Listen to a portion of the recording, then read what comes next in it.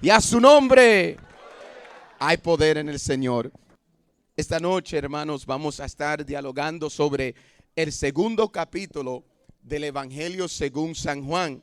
Comenzamos con San Juan capítulo 1 y 3 jueves atrás hablamos sobre la introducción, y en la introducción mencionamos el porqué del Evangelio de San Juan y la importancia de la vista de San Juan, que es diferente a los evangelios sinópticos porque tienen una luz distinta. Juan ve cosas, y es importante saber que el Evangelio es según Mateo, según Marcos, según Lucas, y aquí estamos estudiando según San Juan. No quiere decir que los cuatro usaron su imaginación y que nos escribieron mentiras, sino que cada persona tiene su manera de ver las cosas y percibirlas. Y hay cosas que a lo mejor en un desarrollo de un evento son importantes para mí y no importantes para ti. Y hay cosas que a lo mejor en el desarrollo de un acontecimiento me mueven, me tocan en una forma poderosa y a usted ni le mueve, ¿verdad? O sea, que cada persona, según lo que están viviendo, según lo que están sintiendo, así también, hermanos, se registra en ello el evento, alguna frase y alguna palabra. Juan también nos está declarando la divinidad de Jesucristo. Él tiene una gente a quien tiene que educar bien sobre la divinidad de Jesucristo, que Jesucristo siempre había sido Dios y hombre para la honra y la gloria de su nombre. Y después del capítulo 1 aquí nos encontramos, y hoy apropiadamente ahí en el rosario de hoy se celebró, hermano, la boda, un misterio en la boda de Caná de Galilea. Y de eso es lo que vamos a comenzar a hablar en esta noche. La madre de Jesús estaba allí. Vamos a hablar sobre el versículo 1 y el versículo 3 para comenzar. En el versículo 1 comienza al tercer día. Es una forma rara de comenzar un capítulo, comenzar una carta mencionando el primer día, el segundo día o el tercer día. Sabemos que el primer día se considera, ¿cuál es el primer día de la semana? Pues entonces el tercer día tiene que ser ¿cuál? Marte. El tercer día tiene que ser entonces Marte. Curiosamente, el tercer día, Marte, por alguna razón u otra, era un día bien popular para los judíos casarse, el día Marte. Y muchos se casaban en ese tercer día que aquí dice la palabra de Dios que es Marte. En el tercer día hubo una boda en Caná, un pueblo de Galilea. Vamos en la geografía, en el mapa de Jerusalén, María vivía en Nazaret. Caná de Galilea queda como 4 o 5 millas de a donde vivía María. María tuvo que caminar a ese lugar. En aquel tiempo diferente al nuestro, no hay auto, no motocicleta, a lo mejor algún burrito como la llevó José cuando estaba esperando al niño Jesús. A lo mejor esa era su medio de transporte, a lo mejor algún burrito, no sabemos, pero pudo ser. Al tercer día hubo una boda en Caná. Normalmente es importante esto de Caná y la distancia para saber que tenía que ser personas que se conocían. Podían ser hasta buenos amigos o hasta familiares de María, porque ella estaba allí. Vamos a entender muchas cosas del por qué el intercambio entre María y Jesús. En este capítulo vamos a aprender la importancia primeramente de invitar a Jesús a todos nuestros eventos. ¿Cuántos dicen amén? ¿A cuánto que le gustaría que Jesús esté presente en todos sus eventos? Amén.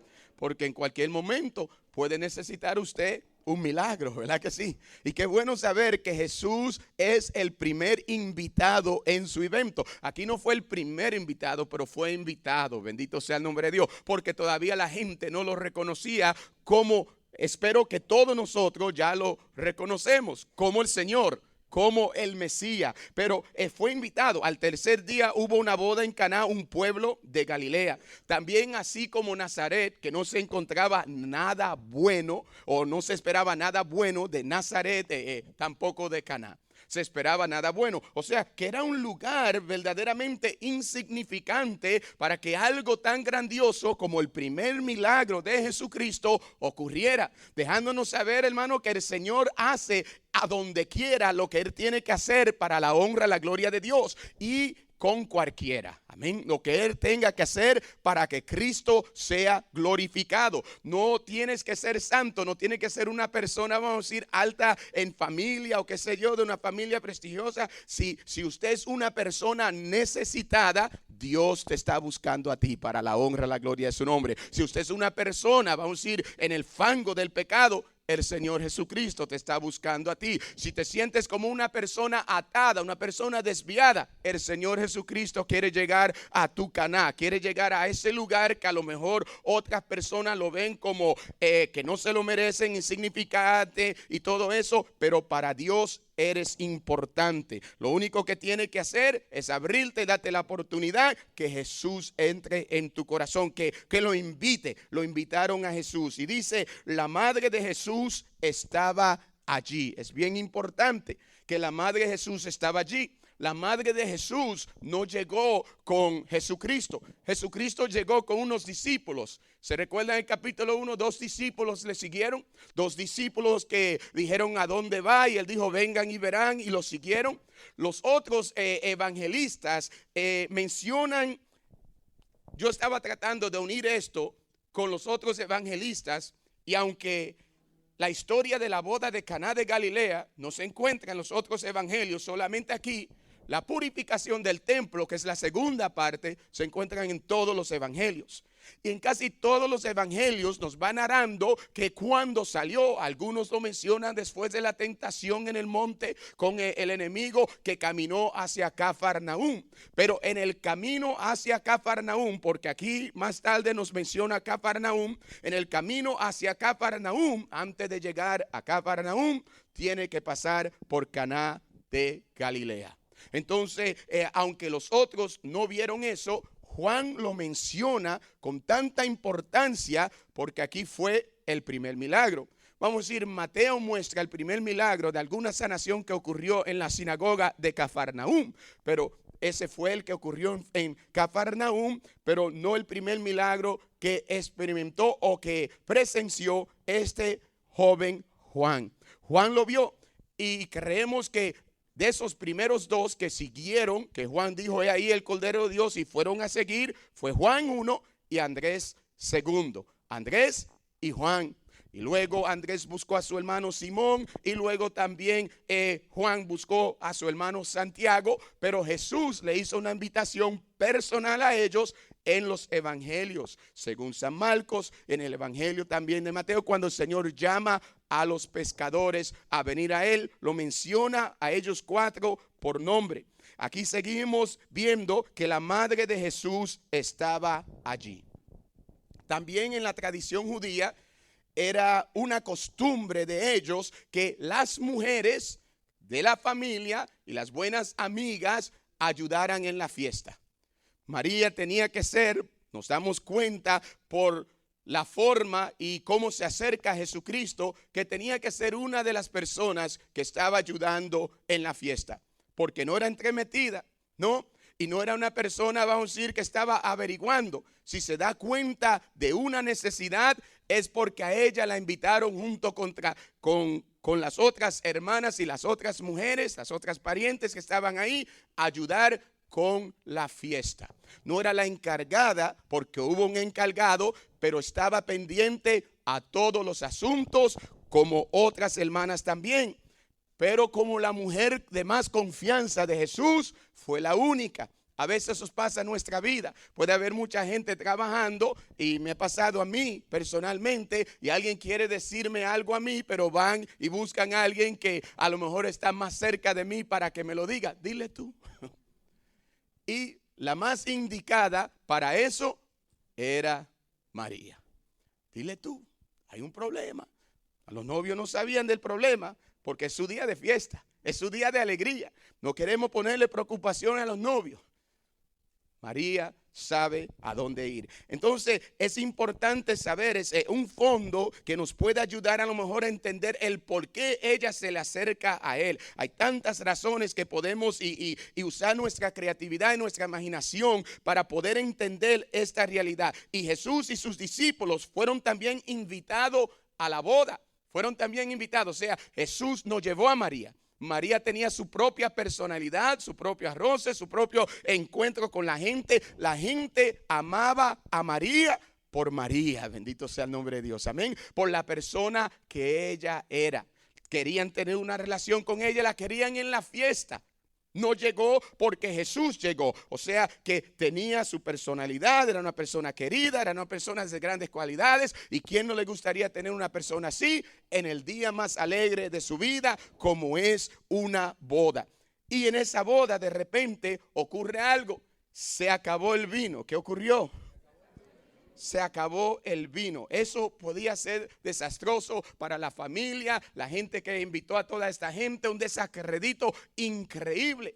Entonces una preocupación fuertísima que se le iba a poner en las manos del novio, de la novia, pero no llega a sus oídos.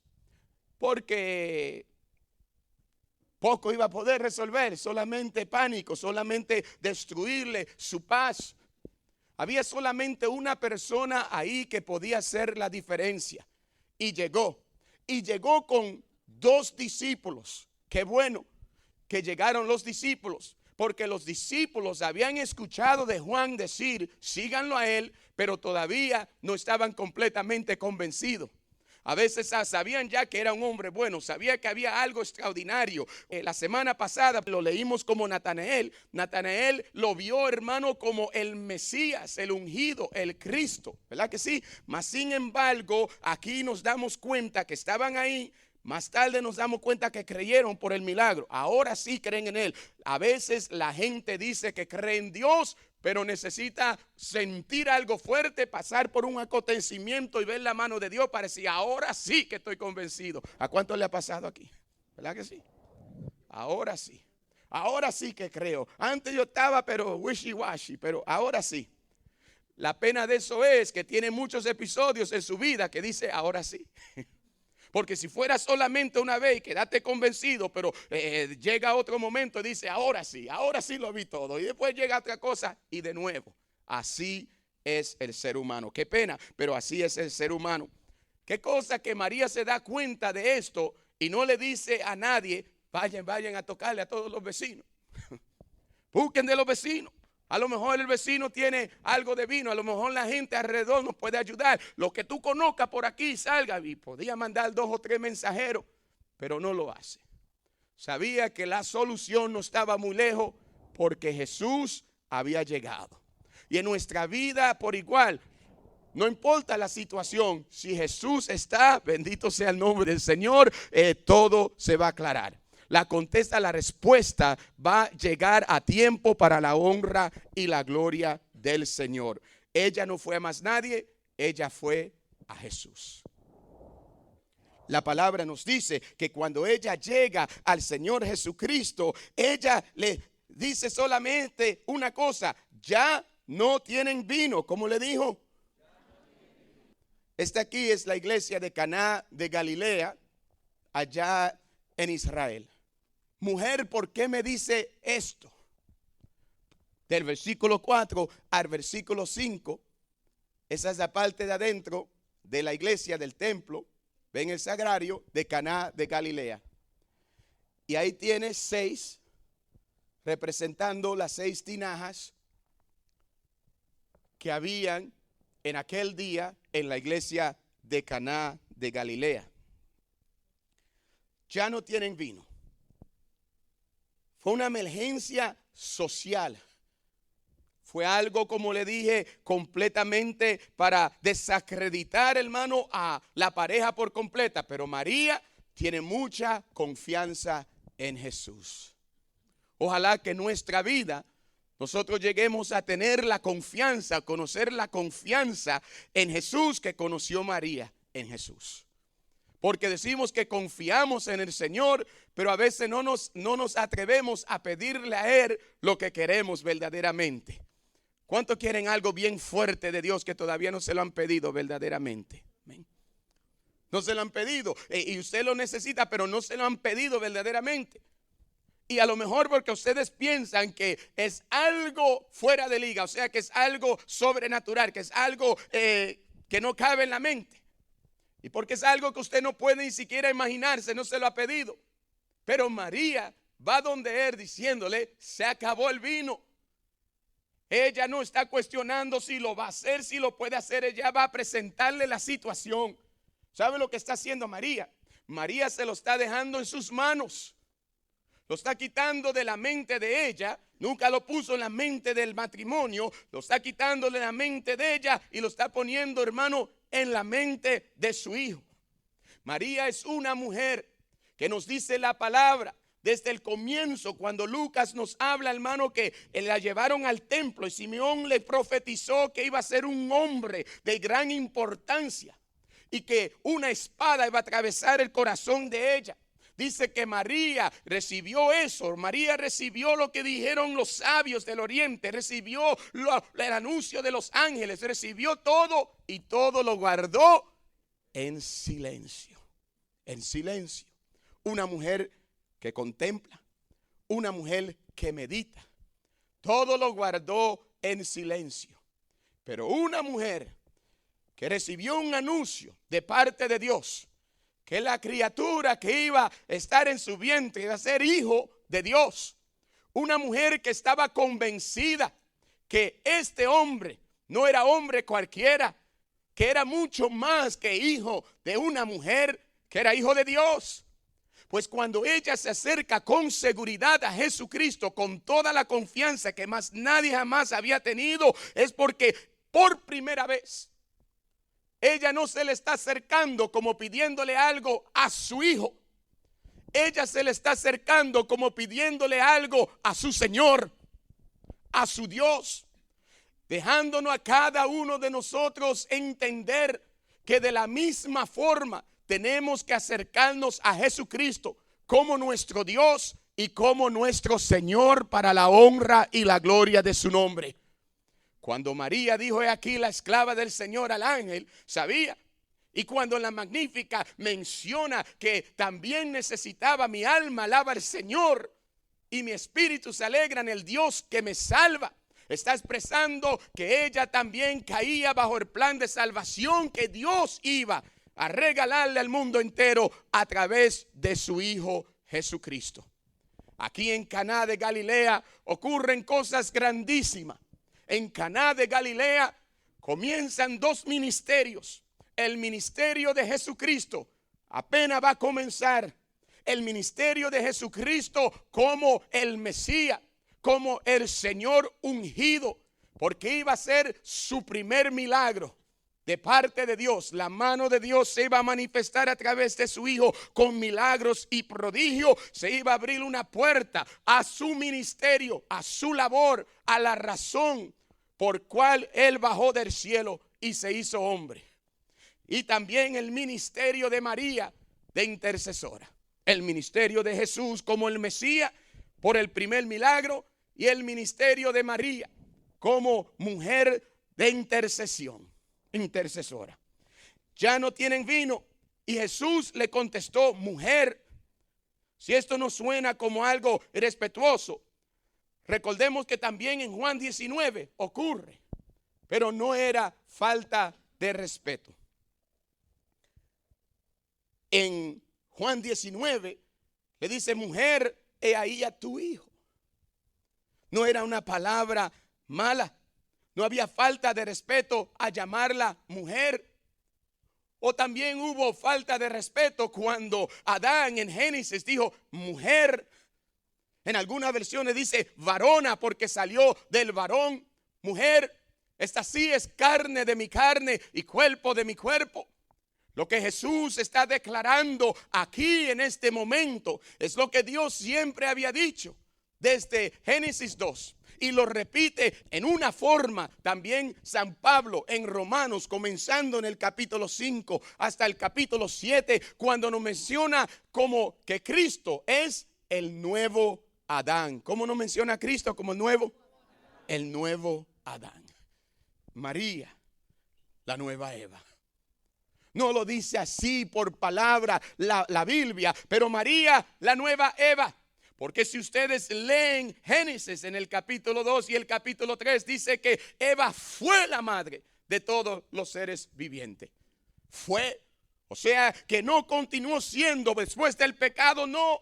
Ahora se necesitaba una persona diferente, una persona que no iba a caer en la desobediencia, una persona que no iba a caer en ese pecado. María es esa mujer. Así como Jesús es el nuevo Adán, o el Adán perfecto, el hombre perfecto, bendito sea Dios. Adán, hombre perfecto, varón perfecto, varón de Dios. Así María. María, mujer que pudo mantenerse aún en su humanidad santa para la honra y la gloria del Señor. ¿Por qué? Porque la gracia de Dios estaba sobre ella. El poder de Dios estaba sobre ella. El ángel le anunció que la nube del Señor iba a bajar sobre ella. Pero antes de la nube del ángel anunciarlo, ya la gracia del Señor estaba sobre ella para la honra y la gloria del Señor. Es de esa manera y solamente de esa manera que una persona que está expuesta a toda la maldad del mundo puede rechazar la maldad del mundo. ¿Cuántos dicen amén? Sacude que está a tu lado, escucha que esto te puede interesar a ti. Es bien importante escuchar. El que escucha, aprende. Amén. Mujer, ¿por qué me dice esto? Mi hora no ha llegado todavía. Muchas veces confundimos la hora. Él no está hablando aquí sobre la hora de la muerte, como en otros lugares menciona. Todavía no ha llegado mi hora, la hora de ir a Golgotá. Pensaba que todavía no había llegado la hora de manifestarse al pueblo como el Mesías. Que todavía no había llegado el momento para que la gente lo conociera como el enviado del Padre. Mas sin embargo, a veces, y cuando yo estaba meditando estas 2 semanas sobre esto, lo que me vino a mí en la mente fue el pajarito que nace. El huevito se abre en el nido, el pajarito no sale del nido. Tiene que llegar la mamá y sacarlo y tirarlo, y de repente el pajarito comienza a volar. Jesús sabía, no que Jesús tiene miedo, pero él estaba a lo mejor esperando algún acontecimiento del Padre, o como se habían comunicado los ángeles con él en otros momentos, que se le comunique a un ángel y le diga, ahora es. Pero no, Dios usó a una mujer, a su madre, para darle inicio, hermano, al ministerio de todos los ministerios, al ministerio de Jesucristo, para la honra y la gloria del Señor. Y él le dice, todavía no ha llegado la hora para que el mundo sepa quién soy yo. De hoy en adelante ya no va a ser el hijo del carpintero, no va a ser solamente Jesús de Nazaret. La gente se va a dar cuenta que aquí hay más que un carpintero, más que un profeta, que Dios está entre ellos. Eso es lo que tú quieres, mamá. Tengo que usar mi imaginación, hermano, porque trato de poner con mucha humildad y respeto en el lugar de Jesús. Que Jesús tenía que pensar, pero si tú sabes que yo soy Dios, y tú sabes en silencio que una espada va a atravesar, tú quieres que yo haga esto me va a llevar a la muerte. Va a acelerar mi fin. O sea, que todo esto tenía que estar cruzando por el pensamiento. No a lo mejor solamente de Jesús, sino también de María. Pero una persona egoísta dice, no, tampoco, yo no quiero que mi hijo sufra. Vemos que no hay egoísmo en esta mujer. Aunque sabe que una espada le espera a su corazón, el sufrimiento, el dolor, la espada de la cruz. Mas sin embargo sabía que era el plan de Dios y lo mejor para el mundo entero. Y si uno tiene que sacrificarse, uno no se sacrifica para que los demás estén bien. ¿Cuánto aquí alguna vez se ha sacrificado para que otro esté bien? Levante la mano. ¿De veras lo ha hecho? Si no lo ha hecho, comience a portarse mejor. Bendito sea el nombre de Dios. Amén. Sí. Porque si nosotros no nos humillamos para que otros crezcan, verdaderamente nos falta mucho crecimiento a nosotros.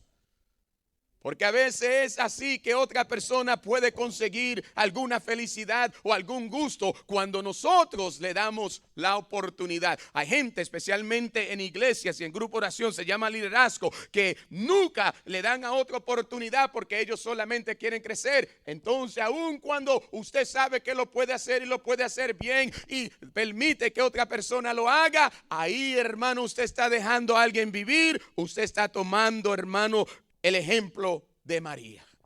El ejemplo de María, que se olvida de ella todo sentimiento materno y dice: sí, Señor, eso es. ¿Qué importancia tiene la fe en este papel? La fe nos da a nosotros seguridad. Ella sabía quién era Jesús. Ahora la pregunta para usted, pueblo que me escucha, ¿y usted? ¿Usted sabe quién es Jesús? ¿Usted sabe quién es Jesús en tu vida? No como lo describe la iglesia, no como lo describe el catecismo, no como tú lo ves en las películas. No, ¿quién es Jesús para ti? ¿Qué puede hacer Jesús en tu vida? ¿O qué usted cree que Jesús es capaz de hacer en tu vida? María sabía quién era Jesús para ella. No había duda en el corazón de María, en el conocimiento de María, que Jesús es Dios, para la honra y la gloria de su nombre. Y sabiendo que Jesús es Dios, sabía que para Dios no hay nada imposible. ¿Cuánto aplauden la grandeza de Dios? Amén.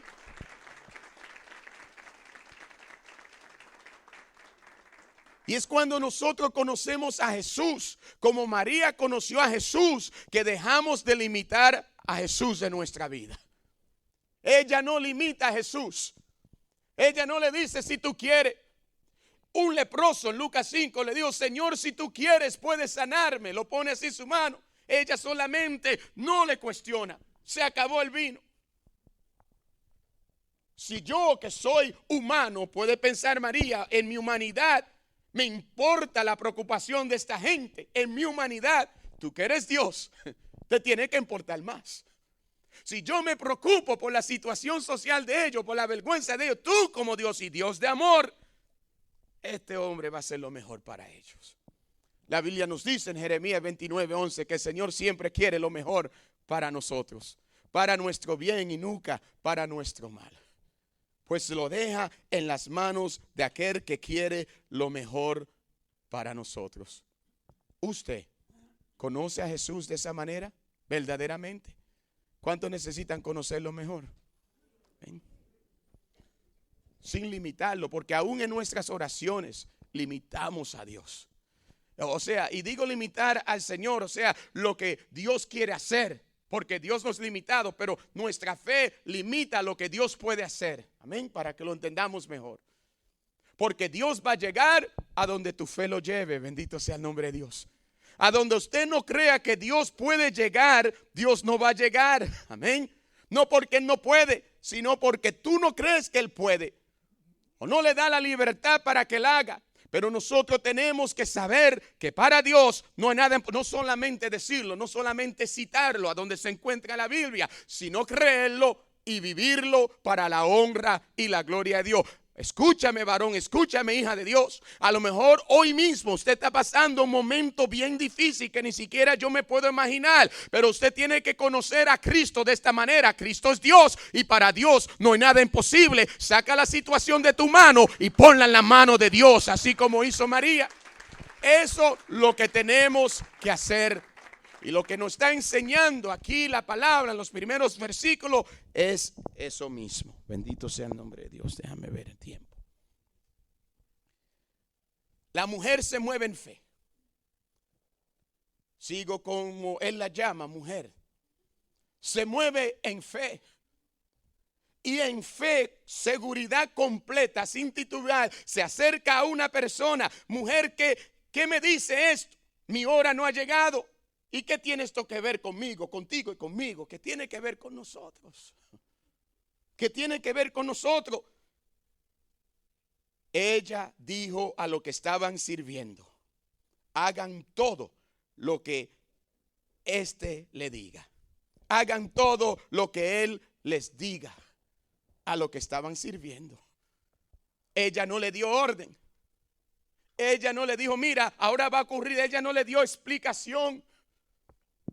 Ellos no lo conocían a él, pero sabían que como una de las mujeres había sido invitada para ayudar con las cosas ahí, a lo mejor la vieron desde el comienzo con otras mujeres arreglando en el salón y poniendo en el salón y llevando y trayendo y acomodando. Sabían que era una de las mujeres que la familia había invitado para que estuviera pendiente de las cosas.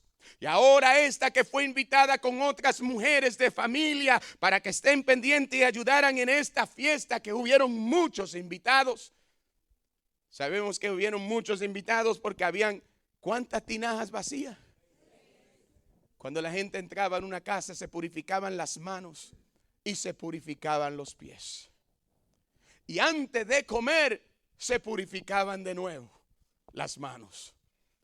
El Levítico nos habla mucho sobre la purificación, nos habla mucho sobre estos ritos, nos habla mucho sobre las cosas que tenían que hacer los judíos para mantenerse según las normas de ellos limpio. Parece que habían entrado tanta y tanta gente que ya las 6 tinajas que una vez estaban llenas, ahora estaban vacías. Mucha gente en una boda, ¿verdad que sí? Para que 6 tinajas quedaran completamente así de cemento. Esa es una que tienen en Caná de Galilea, en exhibición. No pueden ver ustedes lo de arriba, pero arriba es solamente un hoyo. Y es algo que descubrieron después de muchos años en las ruinas. Una de las tinajas. En uno de nuestros viajes allá, una de las hermanas tomó fotografías y nos las prestó. O sea que no es solamente un cuento. El lugar existe, como ya lo vieron. El lugar es real.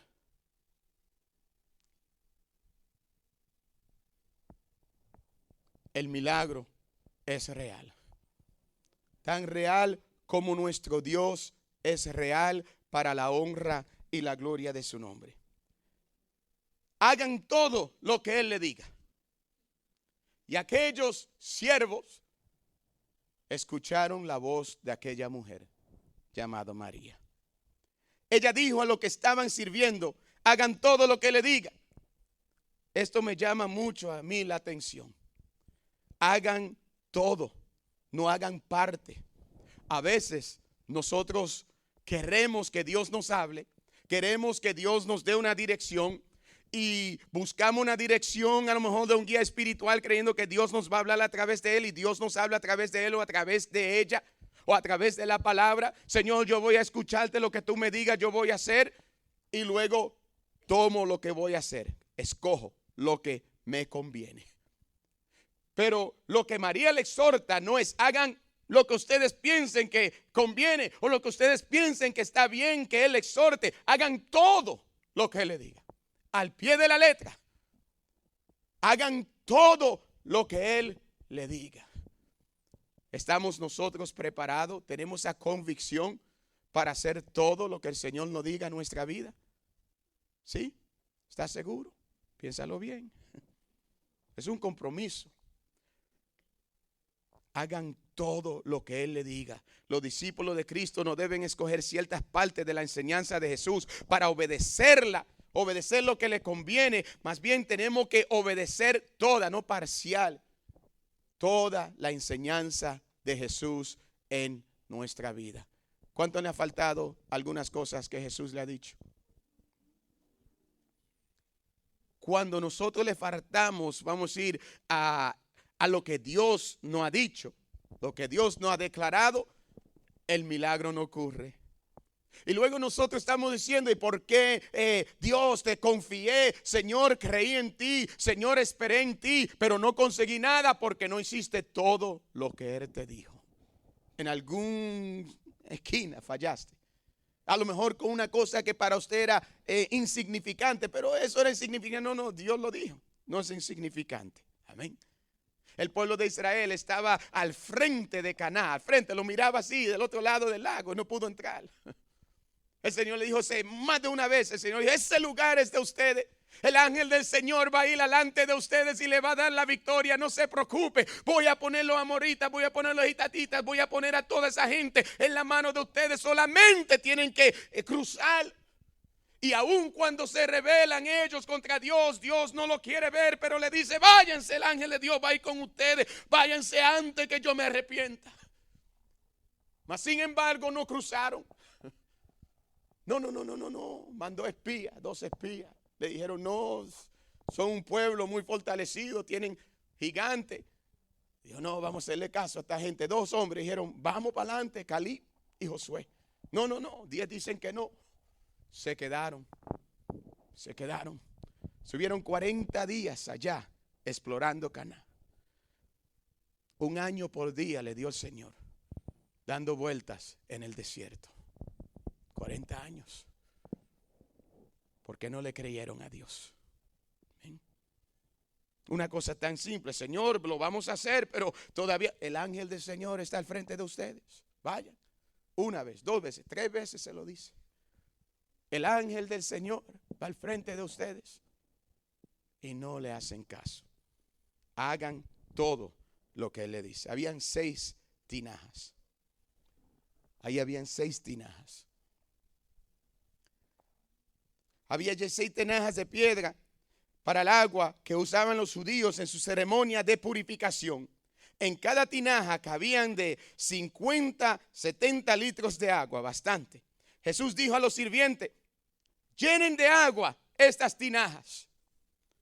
Tengo que pensar que los sirvientes pensó, y este hombre sabrá que viene más gente.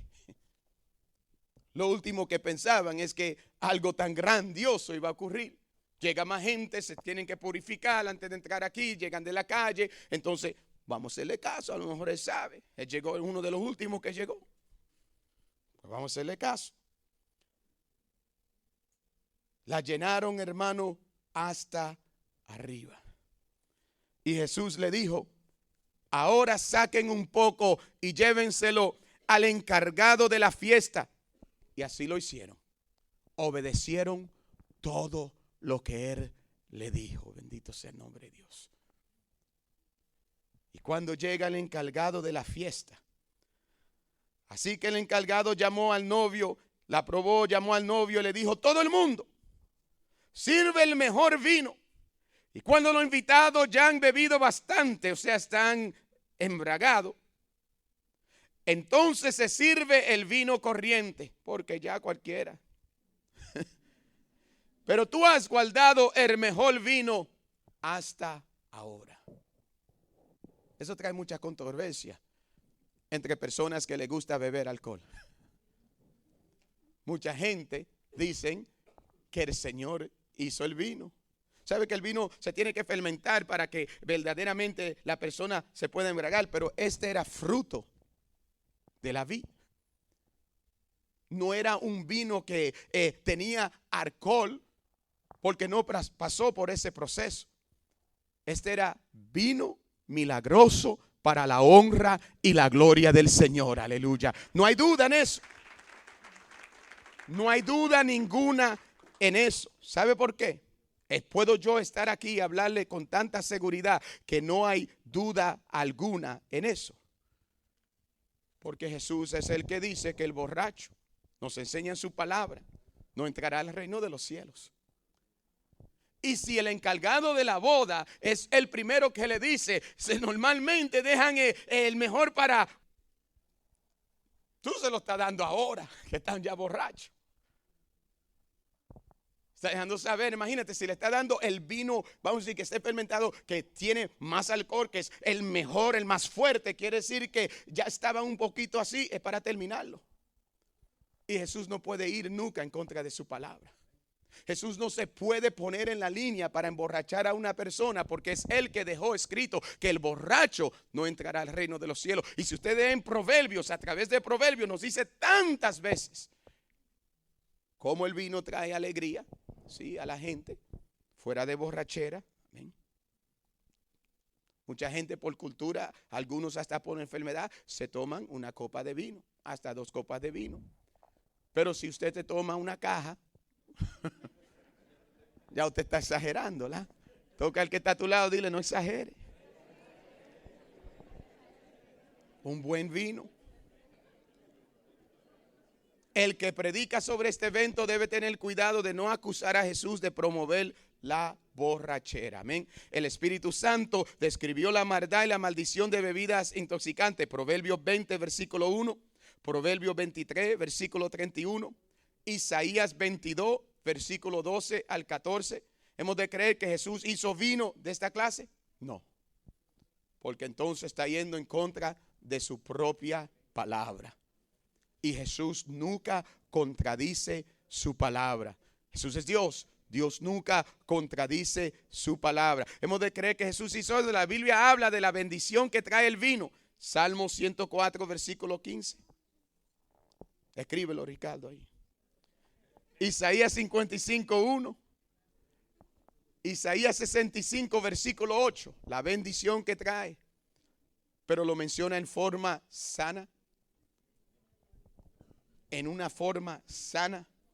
Pero no se puede probar que el vino que Jesús hizo era intoxicante. Tengan cuidado si se afirma esa expresión usando el nombre de Jesús. Amén. ¿Cuántos dicen amén? Eso es sumamente importante. Todo el mundo sirve primero el mejor vino. Y cuando los invitados ya están bebido bastante, entonces se sirve el vino corriente. Pero tú has guardado el mejor vino hasta ahora. Eso que hizo Jesús en Caná de Galilea fue la primera señal milagrosa con la cual mostró su gloria. Y sus discípulos creyeron en él. Al final de Juan, de los otros evangelios, nos hablan de Tomás. Tomás tuvo que ver para creer, pero muchas veces en nuestro aprendizaje, cuando estamos comenzando con el Señor, habemos muchos Tomás, amén, y Tomásas en este camino. Sí, que tenemos que ver, vivir, presencial para creer. Andaban con él, pero todavía no creían hasta después de ver el primer milagro. Ojalá, hermano y hermana que me escucha, a lo mejor usted todavía no ha visto un milagro o no ha recibido un milagro personal en su vida. Pero ojalá que usted no tenga que verlo o recibirlo para saber que Dios lo puede hacer. Bendito y alabado sea su nombre. Amén. Y seguirlo. Sígalo. Sígalo. Jesús le trató de educar a la gente, especialmente en la muerte de Lázaro. No le dije que si cree verás la gloria a Dios, que tenemos que creer primero. Queremos ver la gloria, cree. Cree. Feliz el que cree sin ver. Bendito sea el nombre de Dios. El reino de Dios le pertenece. Tenemos que creer primero. Y dice, después de esto se fue a Cafarnaúm. Los otros evangelios lo llevan desde la tentación a Cafarnaúm. No lo pasan por Caná de Galilea. Y si leen esas partes y si buscan, vamos a ir en Mateo 21, versículo 12 al 13, Marcos 11, versículo 15 al 18 y Lucas 19, versículo 45 al 46, dice, y entrando a Cafarnaúm, pero saliendo, vamos a ir de la montaña de la tentación. Pero para llegar a Cafarnaúm, en muchas de las Biblias, en la parte de atrás, tiene mapitas. No sé si ustedes se han dado cuenta en su Biblia. Si usted busca a donde nos menciona, vamos a ir Palestina en tiempos de Jesús. Y usted ve el mapa en la parte de atrás de la Biblia o al frente, donde la tenga su Biblia, va a ver que caminando está Caná y Cafarnaúm. Amén. Y Cafarnaúm. Paró en Caná, bajó a Cafarnaúm. Amén. En el versículo 13, Jesús purifica el templo. Esto a mí me llama mucho la atención. Fíjense aquí esta imagen. Esta imagen nos representa algo sobre el templo. La parte de abajo aquí, a donde ven el humo. La parte de abajo habían unos becerros unos becerros de bronce, y ellos aguantaban esta base. Ahí entraba el sacrificio. Esa es la parte. Después entraba en este lugar. Ahí está el lugar santísimo. Ahí entraban. Aquí lo ponían en el fuego. Y de ahí entraban. Aquí están viendo la parte abierta. La parte de atrás está la arca de la alianza, the covenant. Están ahí los querubines. La arca de la alianza tenía los 10 mandamientos, un frasquito de oro con maná y el bastón de Aarón que había florecido. Solamente el sumo sacerdote podía entrar una vez al año a ese lugar. En Yom Kippur, solamente en ese tiempo entraba a ese lugar. En el lugar que ellos llaman atonement. En ese lugar, en el tiempo del sacrificio, en el tiempo de Pascua. Esto es bien interesante, lo de sacrificio. Ojalá tuvieran más tiempo para hablar de esto. Sabe que el sacrificio de atonement lo hacían para el perdón de los pecados del pueblo, de eso de las 3 de la tarde a las 6 de la tarde. De 3 a 6, en esos meses de marzo, abril, se llamaba como Niba o Nisi, el tiempo. De 3 a 6 de la tarde. Jesús, que fue Cordero de Dios, que quita el pecado del mundo, a las 3 de la tarde. Cumpliendo con todos los requisitos de la ley de aquel tiempo. El templo. ¿Por qué me interesa ese templo? Ustedes se van a dar cuenta por qué. No se me enojen, pero se van a dar cuenta por qué. Echó del templo a los vendedores. Jesús va al templo, que él considera lugar de papá, a donde puedo adorar a mi Padre, a donde puedo sentir verdaderamente la grandeza de Dios en una forma diferente, porque es casa de oración. La casa de mi Padre es casa de oración. Y el Señor está confiando grandemente en esto. Como ya se acercaba la fiesta de la Pascua de los judíos, Jesús fue a Jerusalén. Fíjense que interesante. Juan muestra a Jesús en el Evangelio. Los otros evangelistas no, pero Juan muestra a Jesús entrando por lo menos 3 veces a Jerusalén para cumplir una fiesta. 3 veces. Y de ahí es que nosotros llegamos al tiempo de 3 años y medio de ministrarle a los discípulos. Porque muestra desde el momento que Juan lo tiene 3 veces que él va por una fiesta a Jerusalén. Y fiesta de Pascua a Jerusalén. Y por eso es que tomamos que le ministró a ellos por lo menos 3 años y algunos meses, 3 años y medio. Entonces nos sigue hablando la palabra de Dios de esta manera. Y encontró en el templo a los vendedores de bueyes, ovejas y palomas. Interesante esto porque la palabra nos dice en Levítico 28 que estos eran los sacrificios que el Señor aceptaba como digno para llevarle a ellos. Pero cuando Dios a través de Moisés le habla a ellos sobre los sacrificios, dice que sea de su ganado o de su rebaño propio.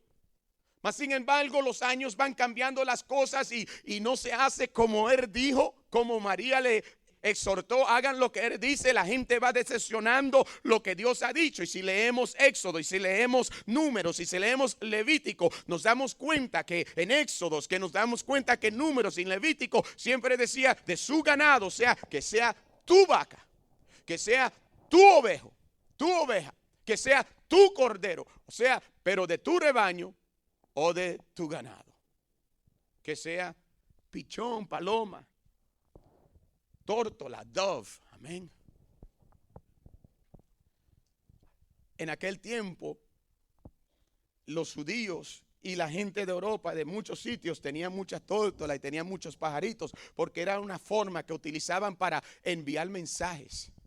Le amarraban un mensaje y lo enviaban, y así era. No había, vamos a decir, US Post Office como hoy día. Y era la manera que llegaban. Si se recuerdan el tiempo de Noé, ¿cómo fue que él iba a averiguar? Sacó una para a ver si llegaba o traía algo de la tierra o si llegaba bien. lo sacó como un mensajero para averiguar. Ellos lo usaban de esta manera, pero las palomas, las tórtolas, eran para las familias que no tenían mucho dinero. Los que tenían un poco más podían entonces con un becerro, podían a lo mejor con una oveja. Y ahí estaban. Era el día, según también Éxodos, que declara la palabra de Dios, que era el día del año, que toda la gente tenía que pagar, hermano, tributos al templo. Habían cobrador de los impuestos en ese lugar. ¿Y por qué tenían que cambiar?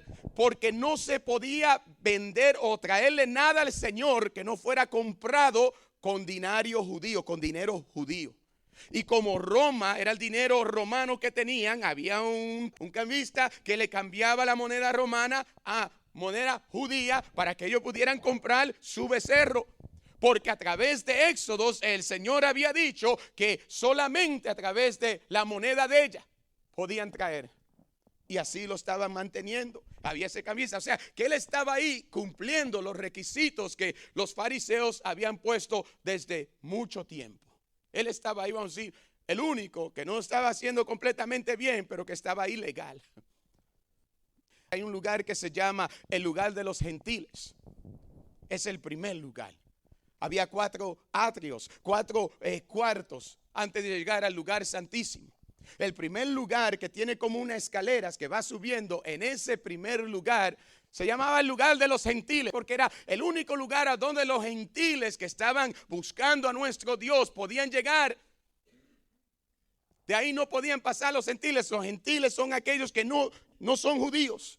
Pero así como aquel romano, oficial romano que amaba a Dios, así como Cornelio nos habla también en Hechos 10 que amaba a Dios, era un oficial gentil, si él iba en ese tiempo de Pascua, tenía que quedarse ahí en el primer atrio, en el lugar de los gentiles. Y ese lugar de los gentiles es el lugar que cogieron para poner los becerros, para cambiar el dinero, para poner las palomas, para poner los ovejos, todas las cosas. Pues si ellos iban para entregarse o contemplar a Dios, lo que había allí era peste, ruido, bulla y a lo mejor hasta pleito. No me diste el cambio correcto, sos ladrón.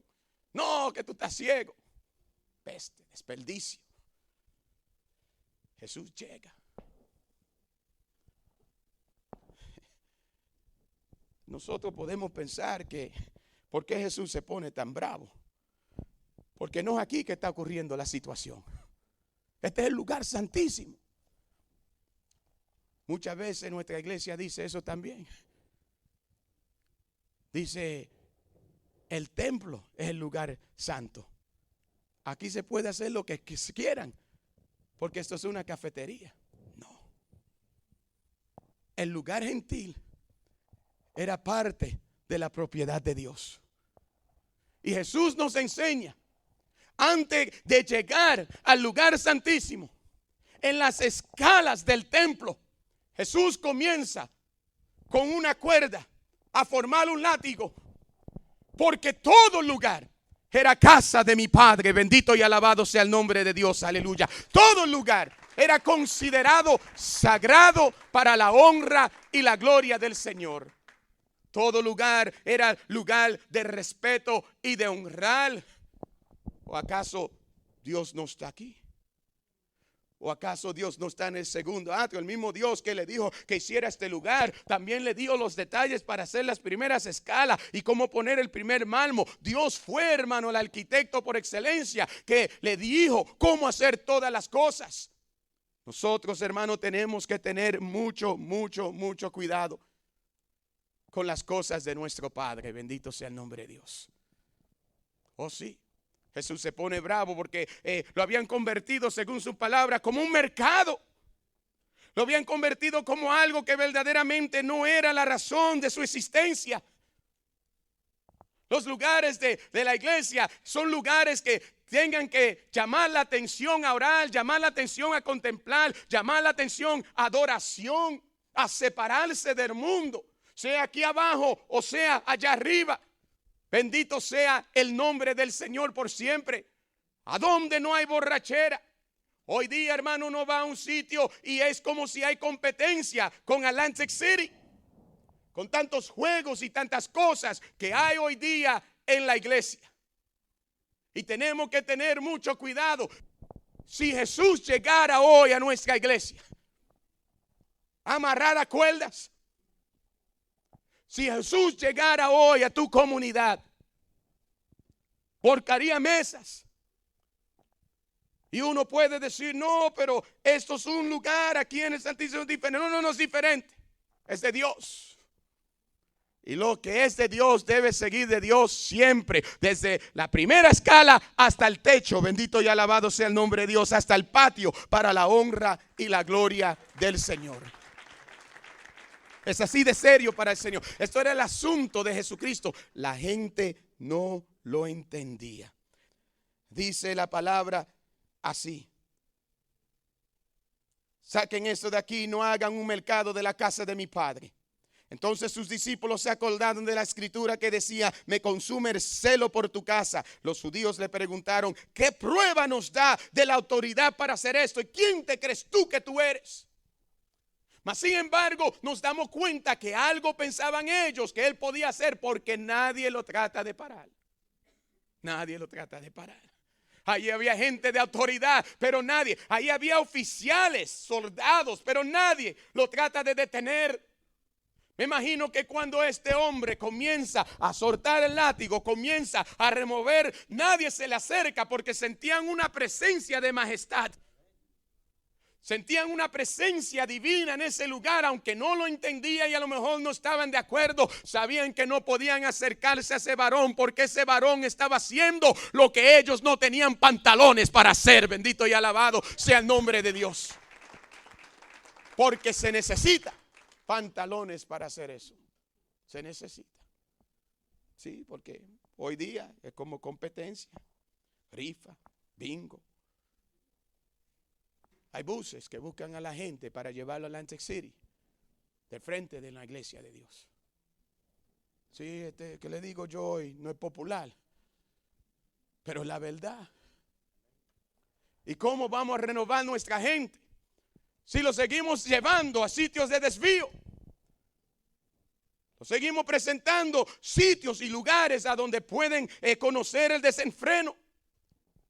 En vez de señalarlo hacia Jesucristo, para que le digan que no a todos estos lugares que verdaderamente le están quitando la espiritualidad y cualquier oportunidad que tengan para verdaderamente ser salvo completamente. Es una verdad. No es popular en muchos cristianos que están half and half. Yo sé que aquí no hay cristianos half and half, ¿verdad que no? Yo te aviso. ¿Qué prueba nos da de la autoridad para hacer esto? Jesús le contestó: destruiré este templo, en 3 días volveré a levantarlo. Los judíos le dijeron: 46 años se ha trabajado en la construcción de este templo. En el año 26 del tiempo de Jesucristo se terminó este templo. Comenzaron mucho tiempo antes, en el año 26 se terminó este templo. O sea que cuando Jesús nació todavía estaban renovando, todavía estaban construyendo, porque había sido destruido ya 3 veces anteriormente. 46 años se ha trabajado en la construcción de este templo y tú en 3 días lo vas a levantar.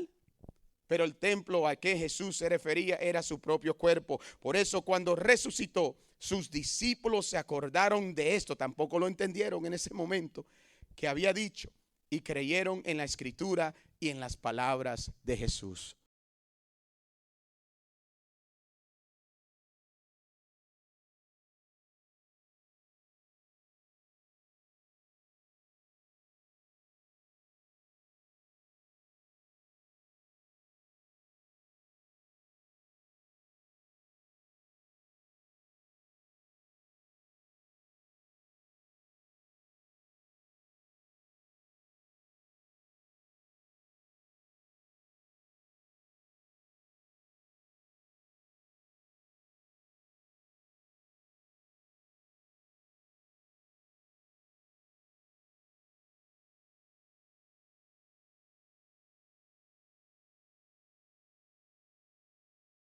Quiero que estemos todos en la misma página. El templo a cual él se refería era ¿qué? ¿Era qué? Su propio cuerpo. Pues ahí hubo un juego como en palabras. Ellos estaban hablando sobre el templo que había sido construido y él estaba hablando sobre el templo de su cuerpo. ¿Por qué ustedes piensan que él estaba hablando sobre el templo que es su cuerpo? ¿Tienen alguna respuesta? Él consideraba su cuerpo, ¿cómo lo consideraba su cuerpo? Templo de... ¿Y usted considera también su cuerpo templo de Dios? Es bien importante porque él veía su cuerpo como templo de Dios. Entonces eso quiere decir que él estaba completamente seguro que Dios habitaba en él. Si nosotros como Jesucristo también consideramos nuestro cuerpo como templo de Dios, estamos diciendo también que Dios habita, ¿a dónde? En nosotros. Entonces, si eso es una realidad y estamos constantemente conscientes de esa realidad, que mi cuerpo es templo de Dios, entonces voy a cuidar lo que yo hago con este cuerpo que es templo de Dios. Amén. Con lo que yo permito entrar a este cuerpo que es templo de Dios. Lo que se hace con este cuerpo que es templo de Dios. ¿Verdad que sí? ¿Cuántos tienen ese cuidado? Ojalá, bendito sea el nombre de Dios. Amén. Entonces sigue diciendo el versículo 23. Jesús conoce a todos. Jesús conoce a toda la gente. Y aquí también nos muestra el evangelista Juan que Él es Dios. Porque solamente Dios lo sabe todo, conoce a toda la gente. Y dice el versículo 23, mientras Jesús estaba en Jerusalén en la fiesta de la Pascua, muchos creyeron en Él a ver las señales milagrosas que hacía. Amén. Pero Jesús no confiaba en ello porque lo conocía a todos. Eran personas, hermano, pasajeras, personas que creían por el momento. ¿Cuántos conocen personas que creen en el momento? No lo mires. Sí. Conocemos personas de esa manera, que un día están bien, un día están fervorosos y después están, ay bendito. O no están, amén. Pero Jesús no confiaba en ello porque lo conocía todo. No necesitaba que nadie le dijera nada acerca de la gente. Jesús lo sabía. Pues él mismo conocía el corazón del hombre. ¿Qué conocía Jesús? El interior, amén. Palabra de Dios.